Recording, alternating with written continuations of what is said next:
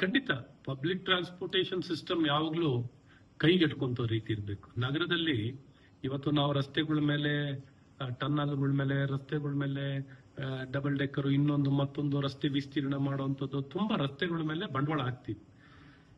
ರಸ್ತೆಗಳು carrying capacity ಎಷ್ಟೇ ನಾವು ಪ್ರಯತ್ನ ಮಾಡೋದು ನೋಡ್ರಿ, ನಮ್ಮ ಬೆಂಗಳೂರಿನಲ್ಲಿ 1.5 ಕೋಟಿ ವಾಹನಗಳಿದಾವೆ.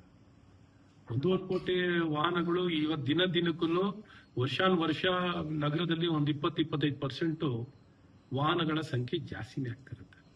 ಸೊ ಪರಿಹಾರ ಏನಿರಬೇಕು? ಪಬ್ಲಿಕ್ ಟ್ರಾನ್ಸ್ಪೋರ್ಟೇಷನ್ ಸಿಸ್ಟಮ್ ಏನಿರಬೇಕು? ಹಾಗಾಗಿ ಪಬ್ಲಿಕ್ ಟ್ರಾನ್ಸ್ಪೋರ್ಟೇಷನ್ ಸಿಸ್ಟಮ್ ವಿಚಾರದಲ್ಲಿ ಪರಮ ಆದ್ಯತೆ ಅದನ್ನ ಕಾಸ್ಟ್ ಸೆಲ್ಫ್ ಫೈನಾನ್ಸಿಂಗ್ ಮಾಡಬೇಕು, ಅದರ ಉತ್ಪಾದನೆಯಿಂದನೇ ಅದು ನಿರ್ವಹಣೆ ಆಗ್ಬೇಕು ಅನ್ನುವಂಥದ್ದು ಸರಿಯಲ್ಲ. ಸರ್ಕಾರಗಳು ಇದಕ್ಕೆ ಸಬ್ಸಿಡೈಸ್ ಮಾಡುವಂಥದ್ದಾಗಬೇಕು. ಸಬ್ಸಿಡೈಸ್ ಮಾಡುವಂತ ಕೆಲಸಗಳು ಸರ್ಕಾರ ಮಾಡಬೇಕು. ಬೆಂಗಳೂರಿನಲ್ಲಿ ಇಷ್ಟು ಆದಾಯ ಉತ್ಪಾದನೆ ಆಗುತ್ತೆ, ಮತ್ತೆ ಇಲ್ಲಿ ವಿಸ್ತೀರ್ಣೆ ಮಾಡೋದು, ರಸ್ತೆ ವಿಸ್ತೀರ್ಣ ಮಾಡೋಕ್ಕೆಲ್ಲ ಸಾಧ್ಯವೇ ಇಲ್ಲ.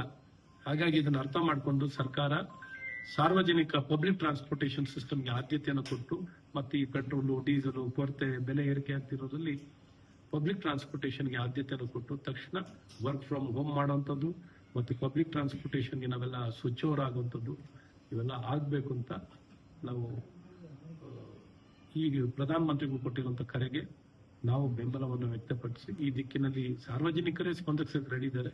ಇಲ್ಲಿರುವಂತಹ ರಾಜ್ಯ ಸರ್ಕಾರ ಇದಕ್ಕೆ ಸ್ಪಂದಿಸಿ ಬೇಕಾಗಿರುವಂತ ಎಲ್ಲ ಕ್ರಮವನ್ನ ಜನರ ನೆರವಿಗೆ, ಪ್ರಧಾನಮಂತ್ರಿಯವರ ನೆರವಿಗಲ್ಲ, ಈ ರಾಜ್ಯದ ಜನರು ಯಾರು ಇವರು ಮತ ಕೊಟ್ಟು ರಾಜ್ಯದ ಹಿತವನ್ನ ಕಾಪಾಡಬೇಕಾಗಿರುವಂತಹ ಜನ ಸರ್ಕಾರ, ರಾಜ್ಯ ಸರ್ಕಾರ ಈ ರಾಜ್ಯದ ಜನರ ಹಿತವನ್ನ ಕಾಪಾಡಬೇಕು. ಇಲ್ಲೆಲ್ಲೋ ಒಂದ್ ಕಡೆ ಇವ್ರು ಮಾಡೋ ಪ್ರಯತ್ನದಿಂದ ಪ್ರಧಾನಮಂತ್ರಿಗಳಿಗೆ ಹಿತ ಕಾಪಾಡಲ್ಲ, ಇವರು ರಾಜ್ಯದ ಜನರು ಹಿತ ಕಾಪಾಡೋದ್ರಲ್ಲೂ ರಾಜಕೀಯ ಮಾಡಬೇಡಿ ಅಂತಾನು ನಾನು ಬಹಳ ಸ್ಪಷ್ಟವಾಗಿ ಹೇಳಕ್ ಇಷ್ಟ.